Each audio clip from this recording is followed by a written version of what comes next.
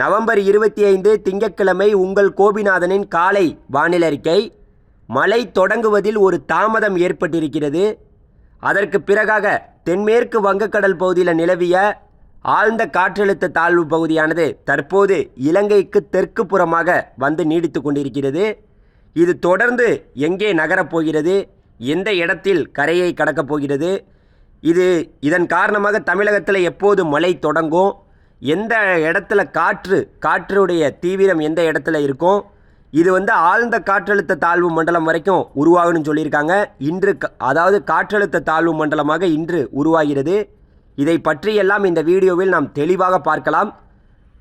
முழுவதுமாக இந்த வீடியோவை நீங்கள் பாருங்கள். அதாவதுங்க, இப்போ மழை தொடங்குவதில் ஒரு தாமதம்.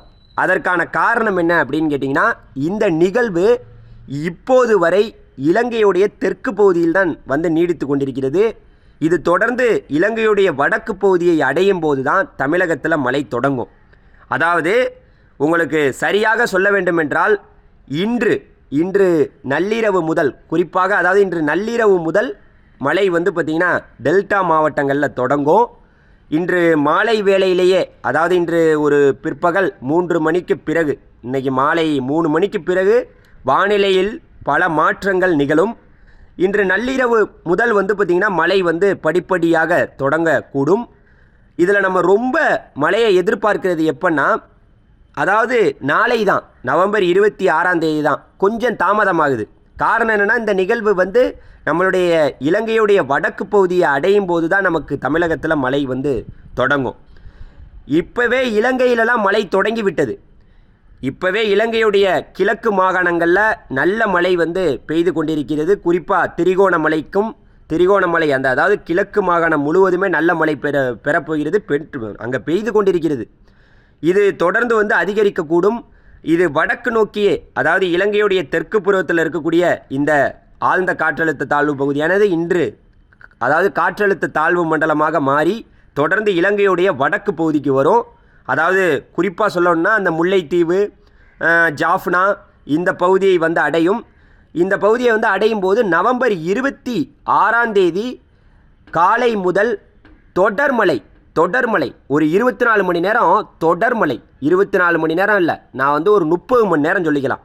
26ஆம் தேதி, அதாவது இன்றைக்கி நள்ளிரவு தொடங்க போகிற மழை, நள்ளிரவுன்னு வச்சுக்கோங்க, தொடங்க போகிற மழை அப்படியே படிப்படியாக பரவலாகி குறிப்பாக நாளைக்கு நவம்பர் 26ஆம் தேதி முதல் நாளைக்கு காலையிலிருந்து தொடர் மழையாக, நவம்பர் 26ஆம் தேதி காலையிலிருந்து மழை படிப்படியாக அதிகரிக்கும். டெல்டா மாவட்டங்களில் கொட்டுன்னு கொட்டி இந்த மழை தொடர்ந்து நவம்பர் 27ஆம் தேதி வரைக்குமே, 27ஆம் தேதி இரவு வரைக்கும் தொடரப்போகுது.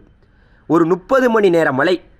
பல இடங்களில் 10 சென்டிமீட்டர் 20 சென்டிமீட்டருக்கு மேலே மழை பார்த்திங்கன்னா பதிவாகலாம். டெல்டா மாவட்டங்களில் ஒரு கூடுதலான மழை நமக்கு இந்த நிகழ்வுனால் கிடைக்க போகுது. இதனுடைய கரையை கடக்கும் இடம் இன்று வரை பார்த்திங்கன்னா நம்மளுடைய இந்திய வானிலை மையம் சொல்லவே இல்லை. காரணம் என்னவென்றால், இந்த நிகழ்வு பார்த்திங்கன்னா நம்மளுடைய தமிழகத்துக்கு நெருக்கமாக தான் வரப்போகுது. நம்மளை பொறுத்த வரைக்கும் இது கரையை கடக்க போகிற பகுதி பார்த்திங்கன்னா சென்னைக்கும் புதுச்சேரிக்கும் இடைப்பட்ட பகுதியில் இது கரையை ஏறி பார்த்திங்கன்னா அந்த பக்கம் பெங்களூர் வழியாக நம்மளுடைய அரபிக்கடலுக்கு போய் இறங்கும். அரபிக்கடலில் போய் இறங்கி இது பார்த்திங்கன்னா தொடர்ந்து போய்விடும். இது கரையை கடப்பதற்கு ரொம்ப நேரம் எடுக்கும். அதாவது இது இப்போ நமக்கு 27ஆம் தேதி கிட்ட 26, 27எல்லாம் நம்மளுடைய அதாவது நாகப்பட்டினம் கடற்கரைக்கு ரொம்ப அருகில் தான் நீடிக்க போகுது. அப்படி இருக்கும் பட்சத்தில் இது பார்த்திங்கன்னா தொடர் மழையை பார்த்திங்கன்னா 24 இன்று நள்ளிரவு மழை பலத்த மழையாக தொடங்குங்க. இன்றைக்கி நள்ளிரவுலேருந்து மழை தொடங்கும். நீங்கள் என்ன மழை தொடங்கலை, என்ன நிகழ்வு வரும், நீங்கள் இன்னும் வரலை, என்னங்க தாமதம், மழையே பெய்யலை, என்னங்க அப்படின்னு நீங்கள் கேட்கக்கூடாது. நல்லா சொல்கிறத புரிஞ்சுக்குங்க. அந்த நிகழ்வு இலங்கையுடைய வடக்கு பகுதியை அடையும் போது தான் நமக்கு மழை தொடங்கும். இன்று நள்ளிரவு நவம்பர் 25ஆம் தேதி நள்ளிரவு முதல் மழை தொடங்கும். 26 தொடர்மழை, 27 தொடர்மழை, 27 சற்று இது பார்த்திங்கன்னா அதாவது ரொம்ப நெருக்கமாக நம்மளுடைய நாகப்பட்டினத்துக்கு நெருக்கமாக தொடர்ந்து அது பார்த்திங்கன்னா தமிழக கடற்கரை ஓரத்திலேயே நீடித்து தொடர்ந்து அது கரையை கடக்கும்போது இது ஒரு சாதாரண சுழற்சியாக தான் கரையை கடக்குது. காற்றுடைய தீவிரம் எங்கே இருக்குன்னா, குறிப்பாக நம்ம சொல்கிறது அந்த பாண்டிச்சேரிக்கும் நாகப்பட்டினத்துக்கும் இடைப்பட்ட பகுதியில் காற்று என்பது நமக்கு கொஞ்சம் கூடுதலாக இருக்கலாம். காற்றுன்னா நீங்கள் வந்து உடனே பயந்துடாதீங்க, நமக்கு வந்து கஜா புயல் போல் அப்படியே எல்லா மரத்தையும் சாய்ச்சிருமுன்னு. மழை இருக்கும், காற்றும் இருக்கும். நவம்பர் 25ஆம் தேதி இன்றைக்கி நள்ளிரவு, நாளைக்கு தான் அந்த காற்று மழை எல்லாமே நாளைக்கு காலையில் நீங்கள் பார்க்கலாம். நாளைக்கு காலையில் நவம்பர் 26ஆம் தேதியிலேருந்து அந்த காற்றையும் மழையையும் நீங்கள் நாளைக்கு தான் சந்திக்கலாம். இன்று இரவிலிருந்து அது நெருக்கத்தில் வரும். நெருக்கத்தில் வர வர நமக்கு வந்து படிப்படியாக உள் மாவட்டங்கள்லையும் மழை அதிகரிக்கும். திருவள்ளூர் முதல் நம்ம வந்து இது தென் மாவட்டங்களில் மழை கொடுக்கும்னு நினச்சோம். ஆனால் இது வந்து ராமநாதபுரத்துக்கு வடக்கே தான் மழையை கொடுக்க போகுது. தென் மாவட்டங்களில் பெருவளவில் இதுக்காக மழை இருப்பது போல் தற்போது இருக்கக்கூடிய வானிலை படங்கள் காட்டக்கூடிய செய்தி சொல்லலை. அதனால் வந்து பார்த்திங்கன்னா நம்ம பெருமழையை வந்து பார்த்திங்கன்னா எங்கே எதிர்பார்க்கலாம்? டெல்டா மாவட்டத்தில் நவம்பர் 26ஆம் தேதி முழுவதும் எதிர்பார்க்கலாம். 27ஆம் தேதி முழுவதும் எதிர்பார்க்கலாம். நீங்கள் மழை தொடங்கலைன்னு நீங்கள் கேட்கக்கூடாது. நவம்பர் 26, 27 தான் இந்த நிகழ்வு. அப்போ தான் நெருக்கமாக வரப்போகுது. முன்னெச்சரிக்கை நடவடிக்கைகளை மேற்கொள்ளுங்க. இன்றைக்கும் உங்களுக்கு வந்து இன்றைக்கி மாலை வரை வந்து பார்த்திங்கன்னா நமக்கு டைம் இருக்குது. என்ன சார் மழையெல்லாம் பெய்யாது சார், நம்பிக்கையெல்லாம் இல்லை சார், அதில் வந்து வேறு பக்கம் போகுதுங்கிறாங்க, இங்கெல்லாம் தமிழ்நாட்டுக்கெல்லாம் வரலங்கிறாங்க. அப்படி இருந்தீங்கன்னா இருங்க, நாளைக்கு சந்திக்க போகிறீங்கல்ல. நீங்கள் நவம்பர் 26ஆம் தேதி நாளைக்கு பார்க்க தான் போகிறீங்க. நாளைக்கு ஒரு பலத்த மழை சென்னை உட்பட நாளையிலேருந்து நாளைக்கு வந்து பார்த்திங்கன்னா இன்று நள்ளிரவு தொடங்கக்கூடிய மழை நவம்பர் 26, 27, 28, 29 இந்த நிகழ்வு வந்து பார்த்திங்கன்னா 29, 30ஆம் தேதி, அதாவது நம்ம கரெக்டாக சொல்லணும்னா 30ஆம் தேதி காலையில் தான் கரையை கிடக்குது. 30ஆம் தேதி காலையில் கரையை கிடக்குதுன்னா இது வந்து 28 வரைக்குமே ஒரு தீவிரமாக இருக்குது, 27 வரைக்குமே தீவிரமாக இருக்குது. அதன் பிறகு கொஞ்சம் வலு குறையுது. இப்போ ஆழ்ந்த காற்றழுத்த தாழ்வு மண்டலம் வரைக்கும் உருவாகுன்னு சொல்லியிருக்காங்க. புயலாக உருவாகுன்னு இந்திய வானிலை ஆய்வு மையம் சொல்லலை. புயலாக உருவாகுன்னு நம்மளுடைய இந்திய வானிலை ஆய்வு மையமே இது வரைக்கும் சொல்லலை. நம்மளுடைய கருத்து என்னென்னா, இது வந்து பார்த்திங்கன்னா ஆழ்ந்த காற்றழுத்த தாழ்வு மண்டலம் வரைக்கும் உருவாகலாம். அதுக்கப்புறம் இது வலு குறைந்து சென்னைக்கும் புதுச்சேரிக்கும் இடைப்பட்ட பகுதியில் வரக்கூடிய நவம்பர் 30ஆம் தேதி காலை வாக்கில் இது கரையை கடந்து பெங்களூருக்கு செல்லும் அப்படிங்கிறது. பெங்களூருக்கு சென்று பிறகு அரபிக்கடலுக்கு செல்லுங்கிறது தான் நம்ம சொல்லக்கூடிய செய்தி. பொறுத்திருந்து பார்ப்போம்.